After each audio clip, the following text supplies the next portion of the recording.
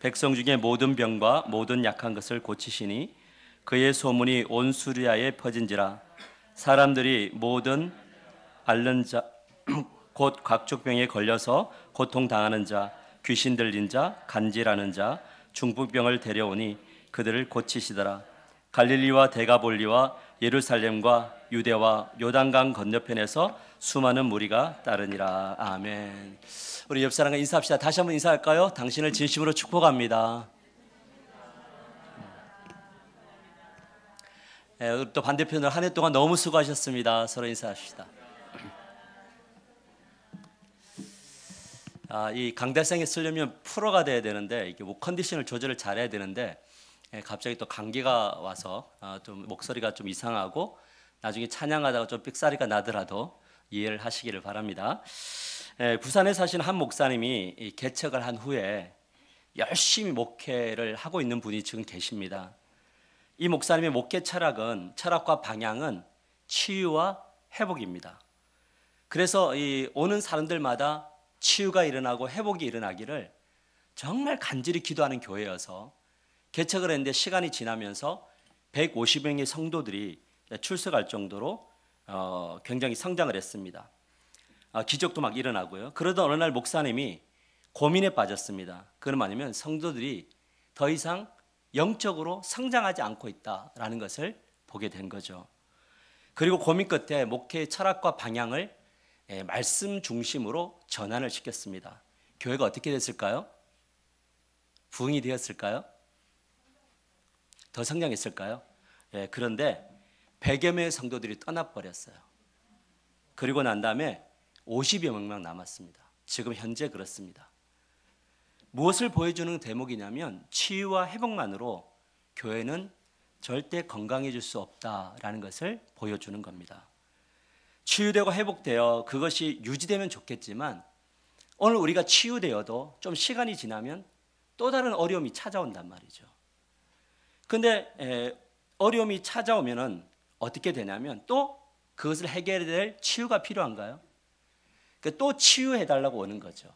회복되면 또 이렇게 살다가 또 어려움이 오면 또 치유하고 회복되고 이런 일들이 계속적으로 이 교회가 반복하는 겁니다. 여기에 문제점이 뭐냐면 치유하고 회복을 위한 요구는 강하고 체험에 대한 갈망은 강하지만 영적으로 성장하지 않는다는 겁니다. 여러분 이것이 바로 신사도 운동을 하는 교회들의 특징입니다. 우리 교회도 지금 앉아있는 한 자매님이 옛날에 있었던 교회에 어떤 분들이 막 이렇게 기도하면 옆에서 막 금가루 같은 게 떨어지는 것들 실제적으로 본 분도 있으시고요. 그러니까 이가 금으로 바뀌는 것도 거짓말이 아니라 진짜로 바뀌는 것을 본 교회인들 안에 우리는 지금 안 믿어지죠. 금리빨 바뀌었다 이런 거 안 믿어지는데 진짜 실제로 그것이 교회 안에 일어났단 말이에요. 그거를 본 사람들이 있어요. 그러니까 이거는 거짓이 아니라는 겁니다. 그런데 매번 치유하고 회복만 추구하다 보면 영적인 성장이 없다는 겁니다. 왜 그렇습니까? 그곳에는 성인 아이들이 있기 때문에 그렇습니다. 하나님 앞에서 늘 아이인 거예요. 성인 아이인 거예요. 어른인 것 같은데 그 안에 내면에 들여다보면 항상 달라고 하는 요청만 있다는 거죠. 여러분 치유와 회복이 되었다면 반드시 성장을 해서 영적인 어른이 되어야 된다. 그래야 건강한 성도, 건강한 가정, 건강한 교회, 건강한 사회생활을 할 수 있다라는 것이 바로 우리 성경이 우리들에게 요구하는 것입니다. 하지만 치유와 회복의 중요성을 간과할 수는 없다라는 거죠. 그 이유는 성장은 반드시 치유와 회복의 경험이라고 하는 발판을 통해서 성장하기 때문에 그렇습니다. 말씀 중심의 교회를 가보면 머리는 너무 큰데 막 건드리면 다 아는 것들이 나오는데 실제적으로 행동으로 옮기는 것에 대해서는 움직이지 못하는, 그러니까 하나님의 이야기는 말로는 할 수 있는데 내면 안에는 진짜 하나님이 살아계십니다라고 하는 확신을 가지지 못하는 성도들이 되게 많이 있다라는 거죠. 저는 우리 하나교회가 치유와 회복 그리고 성장이 있는 교회가 되기를 주님의 이름으로 간절히 축복합니다. 말씀이 있으면서 이제 치유도 일어나고 회복도 일어나는 일들이 일어나는 그런 교회가 되기를 간절히 소망합니다. 그래서 오늘 말씀의 제목을 치유, 회복 그리고 성장이라고 하는 주제로 말씀을 전하러 갑니다. 좀 틀렸네요. 치유, 회복, 성장이라는 주제로 말씀을 전하겠습니다. 우리 본문 23절 우리 함께 같이 한번 앞에를 보면서 읽읍시다. 시작. 예수께서 온 갈릴리에 두루 다니사. 자, 이곳을 보면 예수님께서 갈릴리라고 하는 땅을 지명이 나오는데, 이 갈릴리란 지명은 역사적, 지리적, 사회적으로 굉장히 독특한 특성을 가지고 있습니다. 지리적으로 보면 산지와 평야, 그리고 농업과 어업이 함께 발달되어 있는 곳입니다. 보세요. 산촌, 농촌, 어업까지 다 발달되어 있고 거기 항구까지 있으니까 굉장한 지역이죠. 주로 이 무역로인 비아 마라스라고 하는 해변길이 있습니다. 이 지중해 연안에 해변길로 이렇게 이루어진 끝자락에 뭐가 있냐면 갈릴리가 있습니다. 이곳에는 뭐냐면 국제적 교류가 굉장히 활성화되는 항구였습니다. 북쪽으로는 서쪽으로는 유럽의 문화들이 내려오고 아프리카의 문화와 동양의 문화들이 함께 어울려지는 곳이 바로 이 갈릴리라고 하는 곳이었습니다. 그러니까 이곳은 경제적으로 굉장히 활발한 도시였다, 이렇게 볼 수가 있겠죠. 역사적 특징을 보면 이 혼합된 인구로 구성되어 있었습니다. 왜냐하면 북이스라엘이 BC 722년에 망할 때 아수르가 쳐들어오죠. 그 아수르가 쳐들어와서 그들을 어떻게 하냐면 잡아가기도 하고, 남쪽에 있던 유다 사람들이 올라가기도 하고, 오히려 이쪽에서 이 유대인의 정체성을 흐트러뜨리기 위해서 아수르 사람들을 이주해서 혼혈 민족을 만들었던 그 중심이 바로 뭐냐면 사마리아와 또 위에 있는 갈릴리 지역이었다, 이렇게 볼 수가 있는 거죠. 그러니까 이 지역에는 유대인, 헬라인, 시리아인, 뭐 다양한 민족들이 섞여 사는 다민족 지역이었다, 이렇게 볼 수 있습니다. 그러니까 종교적 특징으로 보면 유대 종교가 주처럼 이루어져 있는 것처럼 보이지만 이방 문화도 서 있고 유대 문화와 이방 문화가 또한 섞여서 있는 그런 아주 복잡한 이 혼합된 도시였다라는 거죠. 그러므로 유대 종교 지도자들은 이곳을 경멸을 했는데, 요한복음 1장 46절을 보면 빌립이 내가 성경에서 선지자들이 말했던 그분을 만났다, 즉 메시아를 만났다라고 이야기하니까 나다니엘이라는 사람이 어떻게 이야기를 하냐면 이렇게 이야기를 합니다. 갈릴리에서 무슨 선한 것이 나겠느냐. 그러니까 이 유대 사람들의 입장에서 갈릴리를 바라보면 저기는 선한 것은 없고 항상 뭐만 있는 거죠? 악한 것만 있는 그런 지역이다, 이렇게 볼 수 있는 거죠. 이것이 당연한 것은 이걸 이사야도 이렇게 예언했습니다. 마태복음 14장 14절과 16절을 보면 이렇게 말씀하고 있어요. 같이 읽어볼까요? 시작.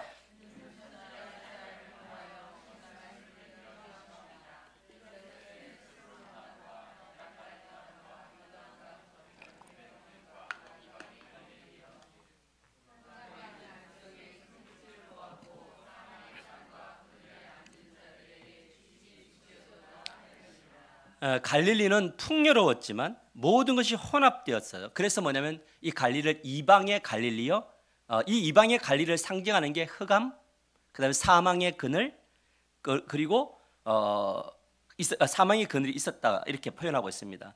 예수께서는 이런 온 갈릴리를 두루 다녔다, 이렇게 이야기해요. 그러니까 지금 흑암으로 가득 차 있고 사망의 그늘에 앉아 있는 모든 사람들이 사는 그곳을 예수님이 어떻게 했다면 두루 다녔다, 이렇게 이야기합니다. 이 두루 다녔다는 것은 어떤 특정한 장소, 내가 가고 싶은 곳만 간 것이 아니라 갈릴리 곳곳을 구석구석 돌아다녔다라는 의미입니다. 그렇다면 두루 다니신 목적이 무엇이냐? 그것은 누구를 만나기 위해서 돌아다녔을까요?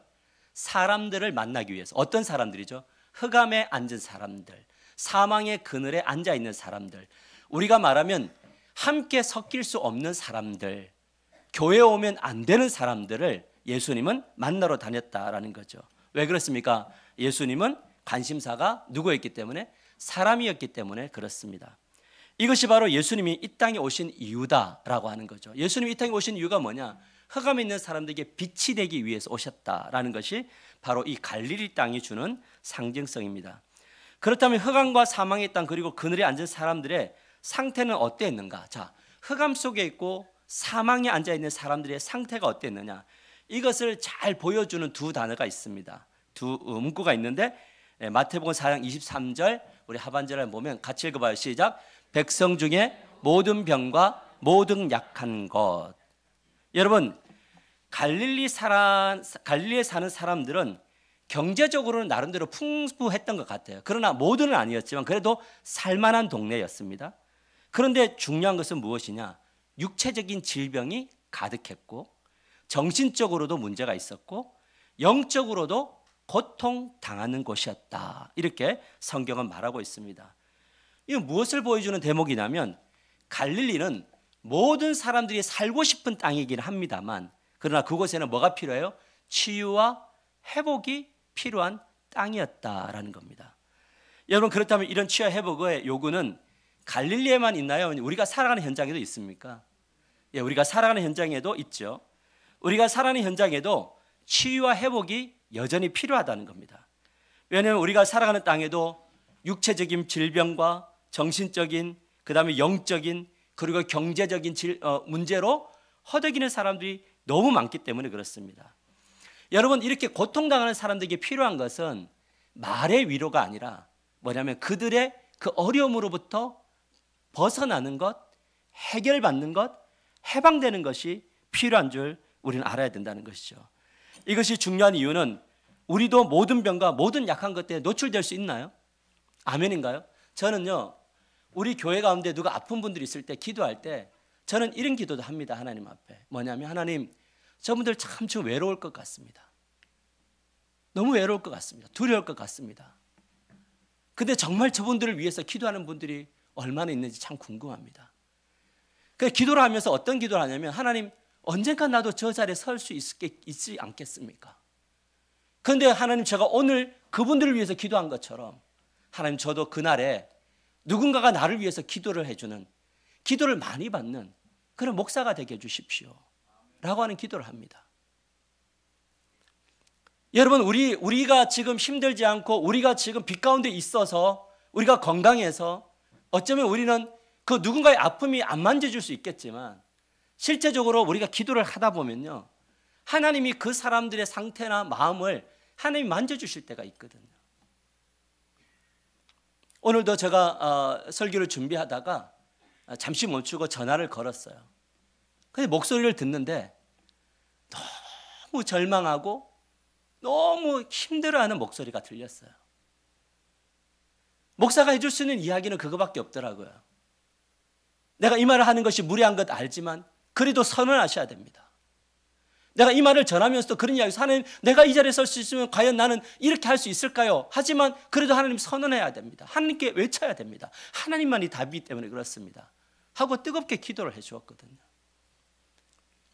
여러분 우리가 살아가는 곳에 절실하게 필요한 것은 무엇이냐면 예수님이 진짜 필요합니다. 예수님을 만나는 것이 필요합니다. 그렇다면 예수님은 오늘날 어떤 방식으로 사람들을 치유하고 회복하시고 성장의 길을 여시는가 한 두 가지 정도를 이야기하려고 하는데 첫째가 뭐냐면 예수님은 고통 가운데 있는 사람들을 치유하고 회복하고 성장으로 이끌기 위해서 온 세상을 두루 다니신다. 마태복음 4장 23절에 예수께서 온 갈릴리를 두루 다니사 이렇게 했잖아요. 오늘 그러면 지금도 예수님은 오늘도 두루 다니시고 계심을 믿으십니까? 저는요 주일날 기도할 때마다 조국 교회를 놓고 기도해요. 어떤 교회 있는지 몰라요. 제가 아는 교회가 있고 우리 노예 교회가 있어요. 근데 저는 우리 조국 교회를 위해서 기도할 때 하나님 이 동일한 예배가 드려지는 곳에 하나님 놀라운 역사가 나타나기를 기도합니다. 하나님 이곳에 주님의 그 움직이심이 있기를 원합니다. 두루 다니시는 거죠. 하나님이 주목하실 사람들, 하나님을 진짜 예배하는 사람들을 주님이 찾아다니신다는 거죠. 그래서 주님 이 예배 시간마다 치유가 일어나고 회복이 일어나기를 원합니다 라고 하는 그 간절함이 있다는 겁니다. 예배를 드리는 이유에 대해서 고상한 수준 높은 것들이 참 많이 있죠. 우리가 이 신학적인 것들을 이야기하고 여러 가지 이야기 다 할 수 있습니다. 하지만 우리는 현재 이 땅을 살아가고 있잖아요. 이 땅에서 시급한 문제가 절실히 필요하죠. 여러분 그렇지 않나요? 이 땅에 절실한 문제가 필요합니다. 그것은 모든 병과 모든 약한 것, 그 정신적, 영적, 물질적 고통으로부터 치유되고 회복되는 것입니다. 여러분 저는 예수님의 눈물을 기억합니다. 예수님은 자주 눈물을 흘리셨습니다. 그 눈물의 대부분은 이 땅에 사시는 동안 그 눈물의 대부분은 뭐냐면 이 땅에 고통당하는 사람들의 눈물이었습니다. 그래서 예수님은 왜 눈물을 흘렸느냐? 그 사람이 얼마나 고통스러운가를 아셨기 때문에 흐르는 눈물이었다라는 겁니다. 예수님은 나사렛의 죽음 앞에서 눈물을 흘렸습니다. 이 땅에서 살아가면서 죽음처럼 슬프고 고통스러운 일이 어디 있겠습니까? 오늘 밤 우리가 나중에 기도할 때 이 비행기 사고로 생을 마감한 그 많은 영혼들과 우리가 그 영혼들을 우리가 건드릴 수 없지만 그들의 유가족들을 위해서 우리가 오늘 기도하는 밤이 되기를 간절히 소망합니다. 그리고 예수님은 이 겟세마네에서 이 죽음의 이 공포를 몸소 체험했어요. 그래서 주님이 그 죽음을 능히 구원하실 하나님 앞에 간절히 기도했다고 히브리서 기자가 말하고 있습니다. 통곡과 눈물로 기도했다. 그러니까 예수님도 죽음 앞에서는요, 통곡과 눈물로 기도했다는 거예요. 왜요? 이것이 죽음의 그 힘이기 때문에 그렇습니다. 그래서 우리는 그 절망적 상황 속에 있는 사람들, 우리가 주님을 만나면 그 사람들을 위해서 뭐 할 수밖에 없냐면 기도할 수밖에 없다는 거죠. 또한 예수님은 예루살렘 성을 바라보시면서 눈물을 흘렸습니다. 왜 흘렸냐면 예루살렘 성이 성경과 기도를 통해서 하나님을 만나고 회복하는 곳이어야 되는데 강도의 소굴이 되어버렸잖아요. 그곳에 자기의 이윤을 챙기고 자기의 유익을 챙기는 곳이 되어버렸잖아요. 그래서 예수님이 예루살렘 성전을 보면서 뭐 하냐면 눈물을 흘렸다는 거죠. 여러분, 우리 교회를 보시면서 주님은 어떨까요? 눈물 흘리실까요? 이 땅의 조국 교회를 보시면서 눈물을 흘리실까요? 예, 주님은 아마 지금 이 조국 교회를 보면서 참 많은 눈물을 흘리고 계실 거라고 봅니다. 여러분, 오늘날 교회를 보면서 우리는 눈물을 흘리지 않습니다. 우리는 이 땅의 교회를 보면서 함께 욕합니다. 함께 욕하면서도 우리는 이 교회를 위해서 눈물을 흘리는 성도들이 없습니다. 정말 이 땅의 교회들이 회복되기를 눈물로 기도하면 이 나라와 민족도 회복되는 역사가 일어날 줄 믿으시길 바랍니다. 그것이 주님께서 이 땅에 우리를 세우신 이유다라는 거죠. 오늘 이 자리에 있는 분들 중에 육신의 질병과 정신적, 영적 그리고 경제적으로 고통당하는 분들이 있습니까? 여러분 믿으시길 바랍니다. 예수님이 이 자리에 계십니다. 예수님이 여러분과 함께 계십니다. 여러분들의 고통을 치유하고 회복하기 위해서 이 가운데 임재하고 계심을 믿으시기를 바랍니다. 우리의 치유와 회복 그리고 성장은 이 진리를 믿는 것으로부터 시작됩니다. 우리에게 필요한 것은 그냥 믿음이 아닙니다. 우리에게 필요한 것은 충만한 믿음입니다. 여러분들 다 믿음 가지고 계시죠? 여러분들 이 자리에 믿음이 있어서 나오셨습니다. 그런데 믿음이 이 물병으로 담는다면 밑바닥을 치고 있는 찰랑 믿음이냐 아니면 넘치는 믿음이냐가 중요한 거죠. 주님이 우리에게 원하시는 건 뭐냐면 충만한 믿음을 원하신 줄 믿으시기를 바랍니다.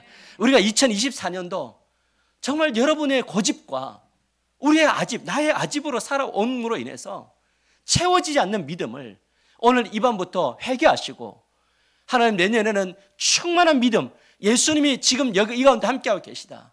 나를 만나고 나를 세우기 위해서 두루 다니신다 라고 하는 이 간절한 소망이 여러분의 믿음의 기도가 되기를 주님의 여러분을 간절히 축복합니다.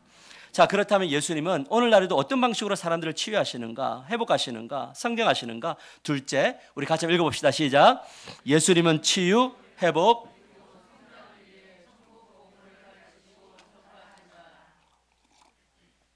마태복음 4장 23절을 보면 이렇게 말씀하십니다.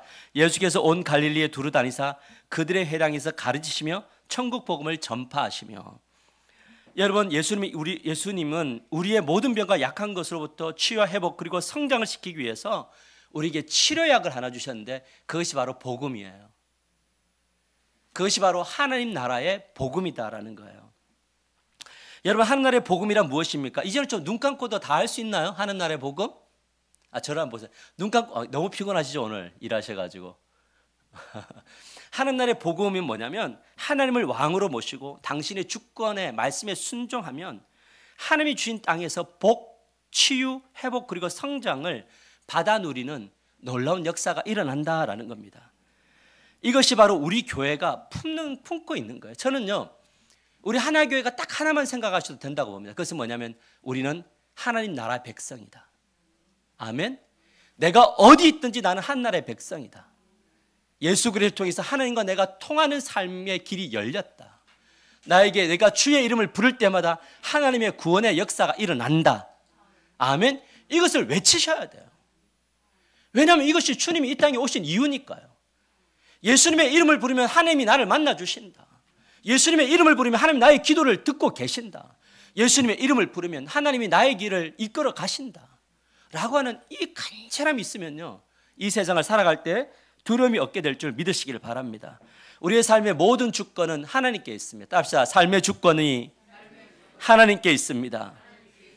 예, 신명기 32장 39절을 우리 같이 한번 읽어볼까요? 시작. 이제는 나 곧 내가 그인 줄 알라. 나 외에는 신이 없도다. 나는 죽이기도 하며 살리기도 하며 상하게도 하며 낫게도 하나니 내 손에서 능히 빼앗을 자가 없도다. 나는, 하나님은 죽이기도 하며 살리기도 하며 상하게도 하며 낫게도 하나니 내 손에서 능히 빼앗을 자가 없도다. 이것은 하나님이 이스라엘 백성들에게 선언할 말씀일 뿐만 아니라 오늘 이 밤에 있는 저와 여러분에게 말씀하시는 말씀인 줄 믿으시기를 바랍니다. 우리가 하나님을 믿는다면 일단 우리는 살려주시는 하나님, 낫게 하시는 하나님께 간구하게 되기를 축복합니다. 오늘 이 말씀을 받고 나는 그냥 죽을 수도 있고 살 수도 있고 이게 아니라, 여러분, 우리는 이 땅의 사람들이잖아요. 그러면 어떤 하나님을 붙들고 걸어가야 되느냐? 살려주세요. 낫게 해주세요. 따합시다. 살려주세요. 낫게 해주세요. 이것이 필요하죠. 이것에 대한 간절함을 가지고 걸어갈 때, 걸어갔는데도 불구하고 하나님이 너의 삶이 여기까지야 라고 이야기하면, 살려주세요 하나님, 내가 낫기를 원합니다 라고 할 때 그 은혜와 하나님의 임재하심이 마지막 하나님의 뜻이 나를 거둬가셔도 그때 두 손 들고 할렐루야 갈 수 있다는 거예요. 이것이 가능한 것은 하나님의 나라가 이 땅에서만 끝나는 것이 아니라 하나님의 나라는 죽어서 가서 영원히 가는 나라임을 믿으시기를 바랍니다. 이것이 영원한 최종 목적지잖아요. 예수님은 공생의 기간 동안 이 하나님 나라의 복음을 온 갈릴리로 두루다니면서 사람들에게 전파하셨죠. 이 복음을 받아들인 사람들은 육신의 질병도 낫고 정신적인, 영적인, 그리고 육체적인 질병으로부터 자유를 누리게 되었다라는 것이죠. 그것을 마태복음 4장 24절에 이렇게 말합니다. 같이 한번 읽어봅시다. 크게 시작. 그의 소문이 온 수리아에 퍼진지라 사람들이 모든 앓는 자 곧 각종 병에 걸려서 고통당하는 자, 귀신 들린 자, 간질하는 자, 중풍병자를 데려오니 그들을 고치시더라. 여러분, 여기서 뭐냐면 그들을 데리고 오잖아요. 우리의 문제를 주님께 가지고 가야 돼요. 옆 사람의 문제를 주님께 가지고 가야 돼요. 할렐루야. 우리 교회에 직면한 문제를 주님께 가지고 가야 돼요. 데리고 가야 주님께서 일하신다는 거예요. 왜 안 가져가세요? 이 놀라운 축복의 길이 열려 있는데 왜 안 가져가냐는 거죠. 가십시다. 그래서 내년에 치유와 회복과 성장이 있는 우리 하나교회가 되기를 주님의 여러분을 간절히 축복합니다. 오늘날도 이런 일이 가능한 것은, 왜냐하면 우리 하나님은 언제나 동일한 분이시기 때문에 그렇습니다. 히브리서 13장 8절 우리 같이 한번 크게 읽읍시다. 시작. 예수 그리스도는 어제나 오늘이나 영원토록 동일하시느니라. 다시 한번 읽읍시다. 시작. 예수 그리스도는 어제나 오늘이나 영원토록 동일하시니라. 이 말씀의 의미는 예수님은 시간적 제약을 받지 않아요. 2000년 전에 역사하셨던 주님이 오늘날 병원이 아무리 많아도 오늘날 이 가운데 역사하실 수 없는 분이 아니라는 거예요. 언제나 동일하시다고요. 살릴 수 있으면 살리시는 거예요. 우리가 아무리 살고 싶어도 주님이 이끌어 가시려고 하면 이끌어 가는 거예요. 이 주권이 주님께 있단 말이에요. 우리 교회가 그걸 보여주시잖아요. 올 한 해 동안 그걸 보여주셨잖아요. 분명히 암이라고 갔는데 하나님께서 다 없애주신 분도 있으시잖아요. 근데 여전히 우리를 그걸 끌고 가시는 분도 있잖아요. 우리의 주권, 주님의 주권 안에 있다고요.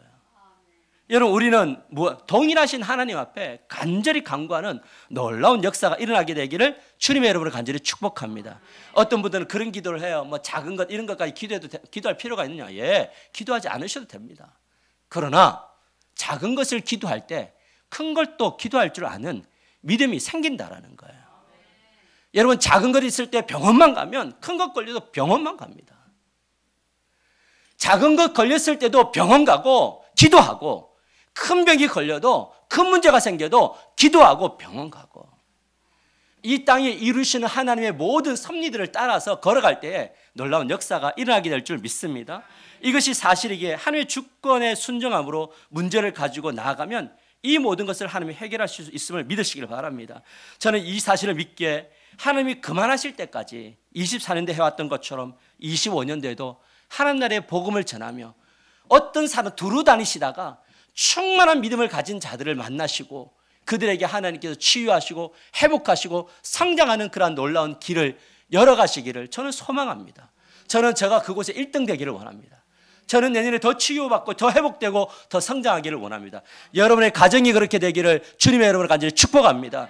여러분의 삶이 그렇게 되기를 축복합니다. 이것을 믿고 나아가는 자들에게 역사가 나타날 줄 믿습니다. 그러나 문제는 우리에게는 이럴 만한 능력이 없다는 겁니다. 우리는 결심해 보지만 안 됩니다. 제가 BRC를 보면서도 우리가 처음에 뭔가 해볼 듯 해보았지만 결심해서 안 됩니다. 영성훈련을 해보지만 우리의 결심만으로 안 된다는 겁니다. 왜냐하면 우리는 자주 제자리로 돌아가려고 하는 죄의 습성들을 가지고 있기 때문에 그 습성을 이겨먹는다는 것이 정말 어렵습니다. 여러분, 그렇다면 어떻게 해야 됩니까? 그것은 마가복음 9장 29절에 그 해답이 나옵니다. 우리 나에게 주신 말씀으로 크게 읽습니다. 시작. 이르시되 기도 외에는 이런 유가 나갈 수 없느니라. 다시 한번 읽읍시다. 시작. 이르시되 기도 외에는 이런 유가 나갈 수 없느니라.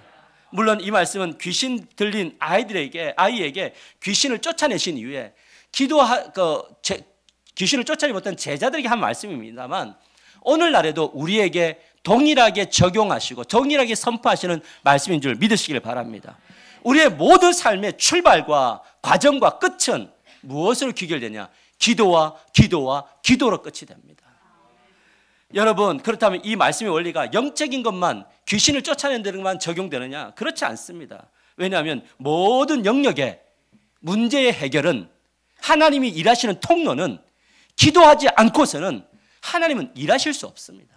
다 합시다. 기도하지 않고서는 하나님은 일하실 수 없습니다.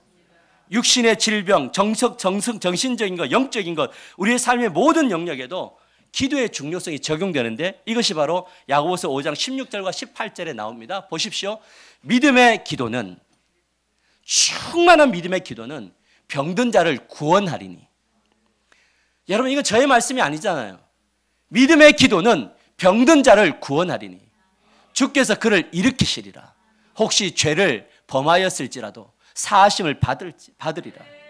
그러므로 너희 죄를 서로 고백하며 병이 낫기를 위하여 서로 기도하라.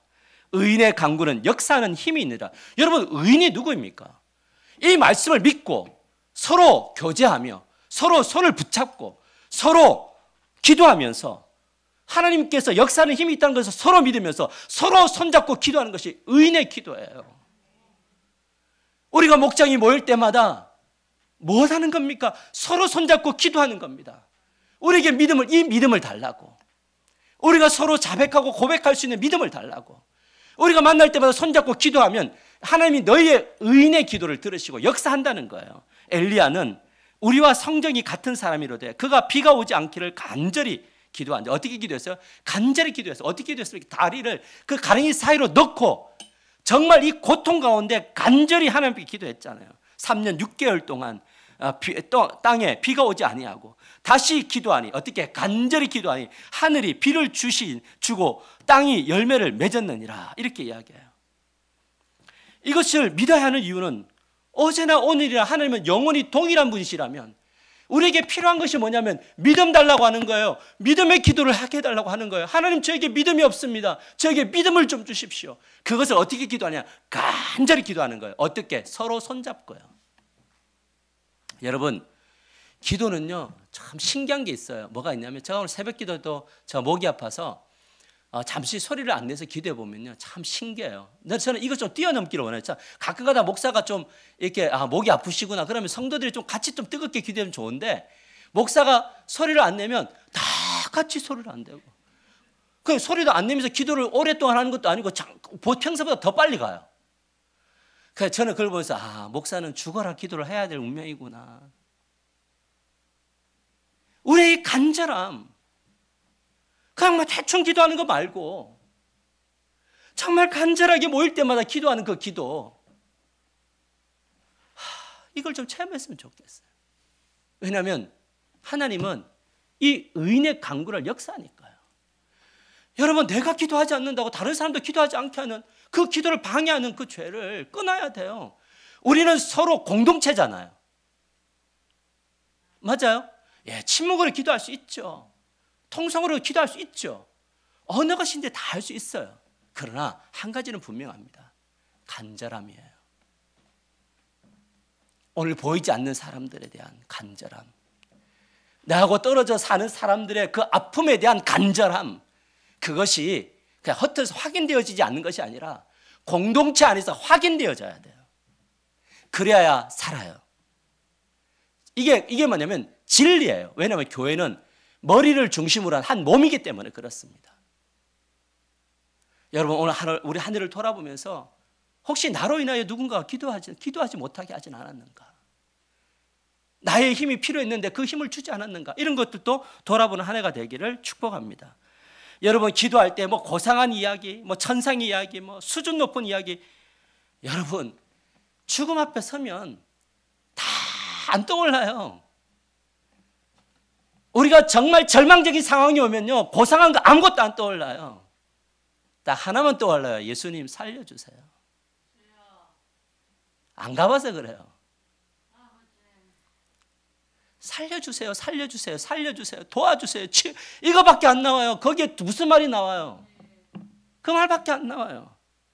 오늘 요거를 이렇게 막 정리하다가요, 저 신학적으로 철학적으로 설교 잘할 수 있어요.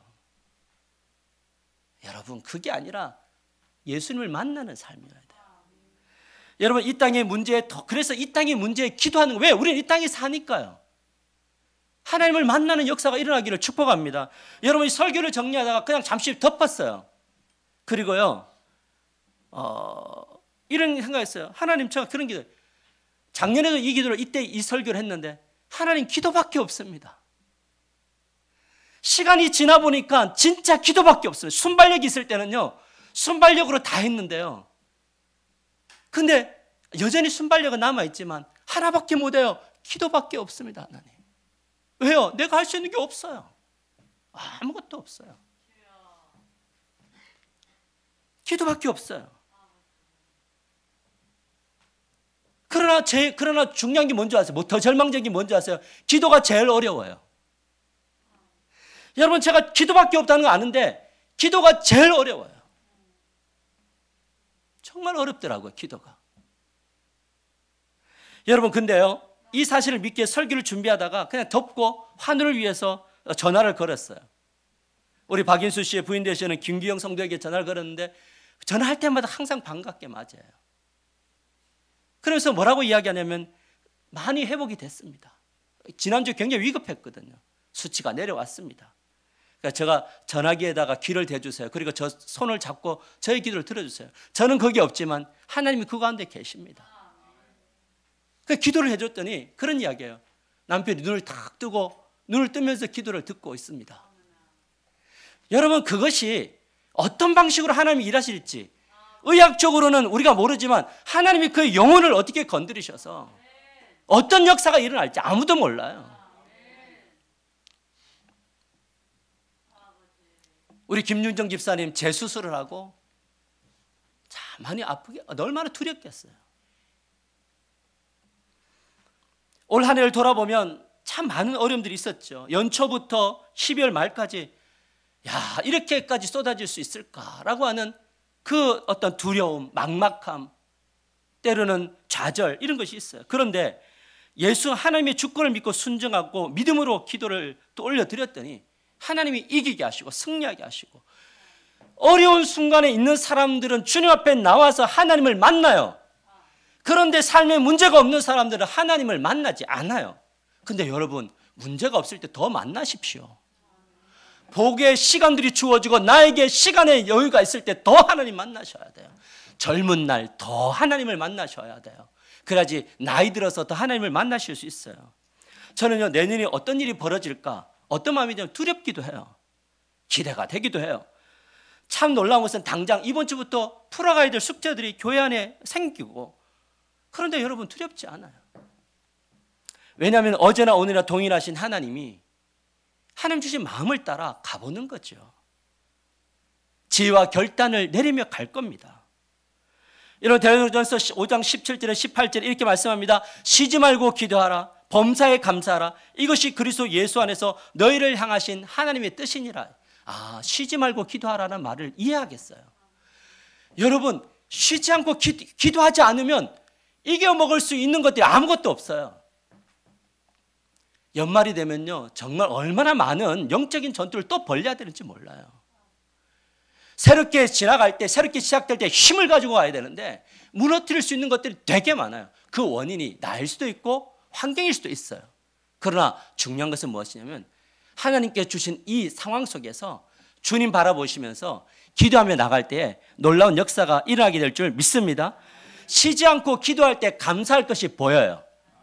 쉬지 않고 기도할 때 감사할 것이 보여요. 쉬지 않고 기도하지 않으면 감사할 것들이 안 보여요. 기도하지 않으면 불평할 것들만 보여요. 그런데 기도하면 뭐냐면 불평할 것들이 감사로 바뀌어요. 왜요? 불평의 현장에도 하나님은 역사하시니까요. 그러니까 감사하는 거예요. 여러분 참 그런 의미에서 기도는 상황과 상관없이 해야 된다. 많은 것을 배워요. 하지만 많은 것들을 우리가 찾아도 이거 뚫고 갈 수 있는 힘은 기도와 말씀밖에 없다라는 거예요. 말씀을 맺으려고 합니다. 마태복음 13장 33절을 우리 함께 읽어볼까요? 같이 읽어보시죠. 시작. 또 비유로 말씀하시되 천국은 마치 여자가 가루 서말 속에 갖다 넣어 전부 부풀게 한 누룩과 같으니라.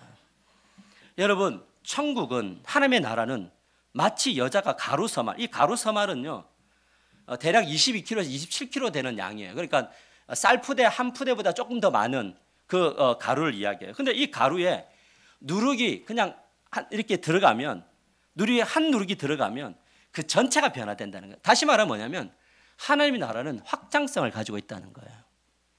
할렐루야. 하나님의 말씀, 하나님 나라의 복음이 들어가면 모든 사람들 안에 하나님 나라가 확장되어져야 됩니다. 할렐루야. 복음을 가진 사람이 누군가에 가면 그 하나님 나라의 능력이 그 옆에 사람들에게 전달되게 되어져 있다는 거예요. 이것을 사도신경은 전 장을 통해 1장부터 28장 전체를 통해서 다 보여줘요. 바울 한 사람이 가니까 세상이 변하잖아요. 여러분, 우리 내년에 이 하나님 나라의 누룩이 되십시다. 아니, 누룩을 품고 가는 하나님의 거룩한 수단들이 되십시다. 나를 통해서 하나님 가정이 변화되게 해주세요. 이 천국 복음이 나에게 들어와서 교회가 변화되게 해주세요. 이런 역사들이 일어나게 되기를 주님의 이름으로 간절히 축복합니다.